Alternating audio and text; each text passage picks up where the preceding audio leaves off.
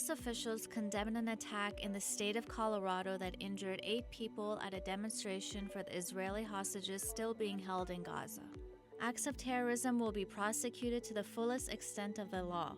This is yet another example of why we must keep our borders secure and deport illegal anti-American radicals from our homeland, Trump said on his Truth Social site. U.S. Secretary of State Marco Rubio took to X to denounce the attack. We're united in prayer for the victims of a targeted terror attack this afternoon in Boulder, Rubio posted. Terror has no place in our great country. The FBI said witnesses reported the suspect used a makeshift flamethrower and threw an incendiary device into the crowd gathered in the city of Boulder. The suspect also yelled, "Free Palestine," the agency said. Authorities said a suspect, 45-year-old Mohammed Sabri Solomon, is in custody and facing multiple charges. The attack is being investigated as an act of terrorism.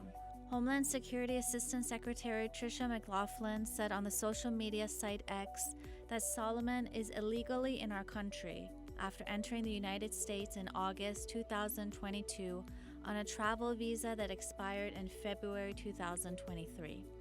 McLaughlin said Solomon filed for asylum a month after entering the country. Federal prosecutors on Monday charged 45-year-old Mohammed Sabri Solomon with a hate crime. Authorities said he told investigators he planned for a year to carry out the attack, which the FBI said was being investigated as an act of terrorism. Boulder has recovered before from acts of violence, and we will again recover.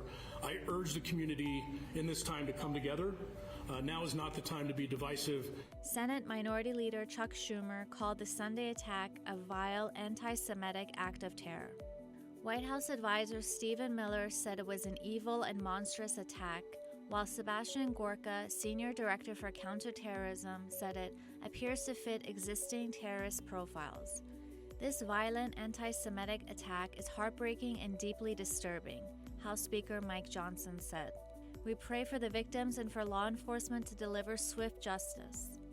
Terrorist sympathizers have made it clear they will do anything to try and silence the Jewish people and those who support Israel.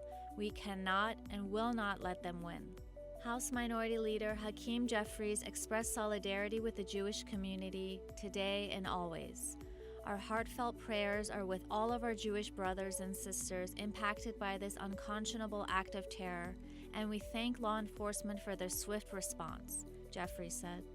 Anti-Semitism has no place in our nation or anywhere throughout the world. It must be crushed. The FBI said the victims included 4 men and 4 women with ages between 52 and 88 years old.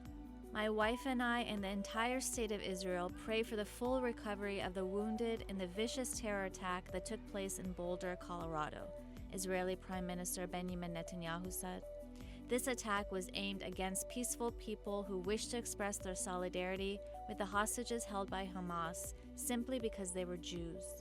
Sunday's attack came less than 2 weeks after a gunman who yelled, "Free Palestine," killed 2 Israeli embassy staffers outside a Jewish museum in Washington.